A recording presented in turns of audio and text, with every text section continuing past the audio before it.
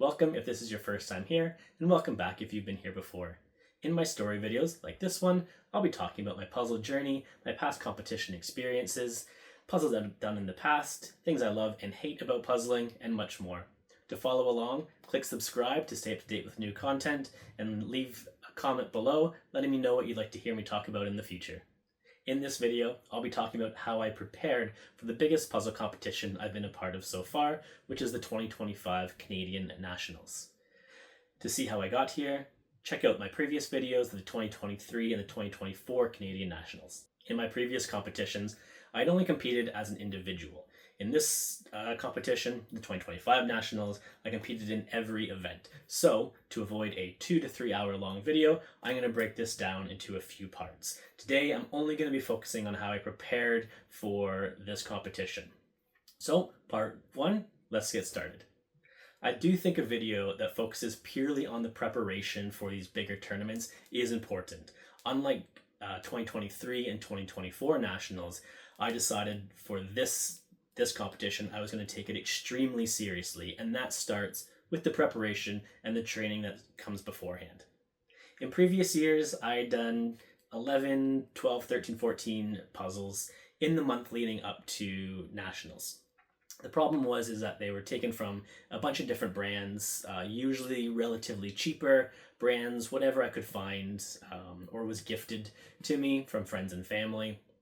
Which was fine. It's always good to practice all types of puzzles, but to prepare specifically for a competition, you do need certain types of puzzles. So this year, I was going to refocus and make sure I was practicing properly. So yeah, in previous years, I had started practicing or training, whatever you want to call it, for Nationals in the month leading up to the actual competition, which is fine. However, in 2024, I finished in 10th place, which was a 9 spot jump from my 2023 finish. So I was feeling pretty good about that, and I figured if I trained even more, maybe I can still move up one or two more spots. So if I really focused and took it a lot more seriously, maybe I'll have a slightly better result. The Canadian Nationals only use ravensburger puzzles in their competitions. Which is what most national tournaments tend to use. Going into 2023 Nationals, I practiced one ravensburger puzzle. Going into 2024, I practiced one or two new ones and repeated 2 or 3 others that I had done already, which just isn't enough. At the end of the 2024 Nationals, my collection of ravensburgers was up to just 8 puzzles, all of which are behind me right now. And that is not nearly enough to properly practice. If I was just kept with those, going into the 2025 Nationals, 4 of the puzzles behind me were used in previous national tournaments. They're not going to be used again at the Canadian Nationals. A few of them are older puzzles, which won't be used. One of them I won in a raffle, which is a 1,000-piece puzzle that wasn't going to be used either. So this isn't a great collection in terms of what I need to be training. I always take some time off after Nationals is done, just to rest for a little bit. I might do some puzzles just for pure enjoyment and relax a little bit. Nothing that's going to be focusing on speed. So the 2024 Nationals ended in May, so I took a few months off after that. I looked at a few puzzles over this summer, but not too many. I started reaching out to other puzzlers, which I'll talk about in a future video. But really, September of 2024 is when I decided, okay, the Ravensburger puzzles I need to start building my collection. So that's what I started to do. Over the next few months, I specifically looked out for Ravensburger puzzles wherever I could. I joined puzzle swap groups on social media. I looked in charity shops, any stores I went into. If there was Ravensburgers on the shelves that were reasonably priced, I would try to pick those up. Looking through things like Amazon, if there's any sales, I would try to buy those as well. I also went to the World Jigsaw Puzzle Association website and looked at what puzzles were used in previous competitions and really looked out for those puzzles to see if they popped up anywhere as well. And it's surprising how quickly you can start to grow a puzzle collection. What also helped to get more experience with different puzzles was reaching out to other puzzlers. As I mentioned at the start of the video, in 2025, I was going to be competing in the pairs and teams events as well. So in the summer and fall of 2024, I was reaching out to other puzzlers to see if there was potential partners and teammates out there. But what the biggest benefit was at this point was having access to their collections as well. Skipping ahead very briefly, by the time I did get to Nationals 2025, I had completed 30 new Ravensburger 500-piece puzzles and about a dozen 1,000-piece Ravensburger puzzles, all on my own. This is including the teams practice or the pairs practice. So there was a huge training difference compared to the previous years, and I definitely think it helped. So in May of 2024, as I said, I had just 8 Ravensburger puzzles in my collection. As of recording this video right now, I have around 80 Ravensburger puzzles in my collection. A lot of 500-piece puzzles that have come from previous competitions around the world in different national tournaments. Quite a few 1,000-piece puzzles that were used in pairs and teams events. And it is helping me practice. It did help me practice for nationals, obviously, but now the focus is turning to worlds in a few months, and having these puzzles to be able to pull from on a daily basis is so beneficial. If you're relatively new to speed puzzling and training for events, you may be thinking, why have such a large collection? It's not just having a lot of puzzles and trying each of them once and then just not getting rid of them. For bigger tournaments, national tournaments, puzzles from Ravensburger gets used. A lot of puzzles get used repeatedly. So the where is it? The final puzzle from the 2024 Canadian Nationals was used a few months later at the Worlds in a qualification round. The postcard, the floral one here, it's been used quite a few times. The postcard puzzles, they pop up quite a bit as well. This one that I won in a raffle that I haven't done yet, it was used recently in the Denmark Nationals, I think. So these puzzles can come up can come up more than once. So it can be beneficial, and it might give you a slight edge if you're practicing these puzzles repeatedly in the event they get shown up in they show up in a qualifying round in the future. Some countries use pre-release puzzles all the time for every single round. Worlds use some pre-release puzzles, some new puzzles. The Canadian 2025 Nationals only use brand new puzzles. So it's not an exact science. It does come down to a bit of luck. There's so many Ravensburger's puzzles all over the world that you can't possibly do them all. But the more you practice, you start to see patterns, and hey, you might get lucky, and one that you practiced a few times shows up and helps you through that qualifying round. So building up this collection can be super beneficial in the long term. And even if the same puzzles aren't used in a competition you might be participating in, similar designs can show up. So like I said, the postcard puzzles, you might have practiced London postcard, but Paris shows up, or the New York postcard shows up. They are similar styles, so that can help. Artists also get repeated quite a few times. So some examples would be Sheena Pike, Bridget Ashwood, Demelsa Houghton, and Nathaniel Mortensen. They all have multiple puzzles with Ravensburger that have been used in multiple competitions. If you can learn some of the artists' styles, that can be beneficial as well. And that does play a somewhat big part in the 2025 Nationals, which I'll talk about coming up, where it was an artist that was used in the past. Practicing it definitely helped with finishing certain puzzles. Not all puzzles, but certain puzzles. As I mentioned in previous years, I only started training about 1 month out from from the national competitions, which is fine. And one of the reasons was I didn't want to burn myself out from over practicing, which there's an argument for that. But with my focus really increasing and starting to take this whole thing a bit more seriously, I knew I had to take a different approach going into the 2025 Nationals. So instead of only practicing in the 1 month leading up to Nationals, so in 2024 that would have been May, in 2023 that would have been September. The 2025 Nationals occurred in May again of 2025, obviously.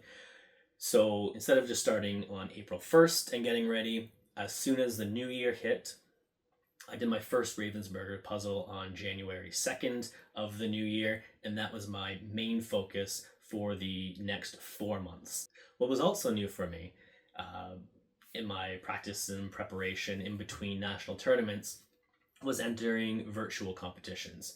I had never participated in any competition individually or as a partner or team outside of nationals. So having that long break between big tournaments can impact how you think about competing, because there's a different mindset when you're just sitting at your own table trying to get through a puzzle as quickly as possible. That adrenaline factor and knowing that there's other people racing you does play a factor. For some people it can hurt their speed. For myself, I like the adrenaline. I do think it pushes me a bit more. So after starting in late 2024, I started entering virtual competitions hosted in Canada. In November of 2024, I competed in my first virtual competition with possibly one of the hardest 500-piece puzzles I had ever tried to do. It's not one that I've gone over and done a second time. It sits on a shelf somewhere as remembering my very first virtual competition. But it was interesting to see how the virtual competitions worked. It didn't give the same type of adrenaline as being in person, but it was definitely more impactful than just doing a puzzle on my own. But in that competition, I finished in 10th place. Because it was my first virtual competition, I didn't know if that was good or bad or not, and this puzzle was insane. Only 1 or 2 people, I think, finished under an hour, which is rare for a 500-piece puzzle race. But anything in top 10, I'm always going to be happy with. Between February and April of 2025, I competed in 5 more virtual competitions. None of them used Ravensburger puzzles, which is fine. I just want the competition experience more than using the Ravensburger's puzzles. I was doing that on my own anyways. The results were okay. Some of the puzzles were fun, some of them not so much. A lot of them were large piece puzzles, which you never get at a national competition, so large piece puzzles are not my favorite. So it was all right.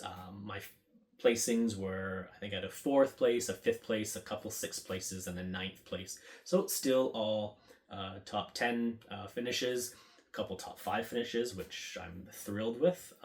But it was, again, just good practice to have that. And leading up to Worlds in a couple months, I'll probably do at least 1 virtual competition before then, just to try to get back into the mindset of competing. It's the summer, so there's not as many available, but we'll see how it goes. Anyways, as I was saying before, my main focus was Ravensburger puzzles and building up the collection as large as possible in the hopes maybe I will get one of the puzzles that will show up at the Canadian Nationals in the qualifier round, just to kind of help get through the qualifiers a bit easier. If you watch the 2024 Nationals video that I posted, you'll see why I don't really like the qualifying rounds. They do make me very nervous. So any slight advantage I can give myself, the better. However, you can make all the plans you want, but in the end, a lot of things are decided for you. In January of 2025, The Canadian Jigsaw Puzzle Association made a surprise announcement that every puzzle at the Canadian Nationals 2025 will be brand new, unreleased puzzles. So all the puzzles that I had spent months collecting, building this collection, there was a 0% chance any of those exact images were going to be showing up at the Canadian Nationals. So now this was a purely practice collection that I had. Nothing here was going to give an advantage in terms of one of these puzzles might show up at the qualifiers. So it is what it is, but it also provided some excitement. All new puzzles, so it is going to put everyone on an even playing field, which I guess is good. I guess this was great, as it meant that we would also be getting all new puzzles at the Canadian Nationals. There was no chance of getting a duplicate puzzle for the collection. Everything that we got on those competition days would be brand new. It's always great to have new puzzles. But then the Canadian Jigsaw Puzzle Association made a second announcement that all the puzzles at the Canadian Nationals would be designed by Canadian-based artists, which is great to see, really promoting Canadian artists. Nothing wrong with that. And over the next week, they released the names of all the artists that would be designing puzzles, just not the rounds that those puzzles would be associated with. Some of the artists already had puzzles with Ravensburger. All the artists had at least one puzzle design with some brand out there. But over the next few weeks, there was a mad scramble to try to find puzzles from these artists. Because as I mentioned, practicing puzzles from artists and practicing their designs can help with their other puzzles, because artists have their own style. So if you can get used to their style, that might give you some advantage when their puzzles show up in whatever round that might be. But by the time the 2025 Nationals hit, I was able to practice at least one puzzle from every artist that was going to be featured over the course of that weekend. So that definitely helped give a little bit of confidence heading into that weekend. So it is worth mentioning that on this channel, coming up very, very soon, will be videos based on providing speed puzzle tips to help those that are new to speed puzzling, or those of you that have been here for a little while and looking to maybe improve in certain areas. And that's going to be different techniques. It can be different, trying different types of puzzles, different approaches, just a whole range of different things that might be able to knock off a few seconds or minutes here and there. A little bit adds up over time. But the tools you use are also beneficial. And like I said, I was taking the 2025 Nationals very seriously. So I decided to purchase a new puzzle table. And you might be thinking, what's the difference? Table's a table, which is very much not the case. So previously I had been using a wooden circular oval shaped table, which was fine, but it was very smooth table. The pieces moved around very, very easily, which was nice for speed, but it didn't represent what the competitions use. So I went out and purchased one of those plastic foldable tables that do show up at quite a few of the national competitions and world's competitions, where the surface is plastic. It's a little bit rougher, so the pieces don't move quite as easily. But what this did allow is I had a table with the exact dimensions that I needed to practice. And on competition day, I was already used to the surface. What I found in the previous competitions in 2023 and 2024 was using the smooth table to practice.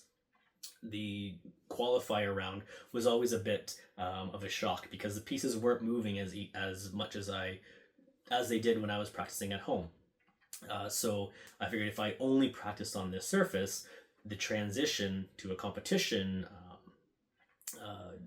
scenario would be much simpler, and it was. So with the competition training much more focused this year, from January until April, the 4 more intense months of training, During that time, including the virtual competitions, some fun puzzles that I still did for speed, and the Ravensburger puzzles, in those 4 months I did 63 puzzles in the lead up, which was significantly more than the 12 or 13 or so that I did for the previous years. And I was definitely feeling more prepared going into this competition. Now, while I've said I felt confident going into this competition, that's very relative.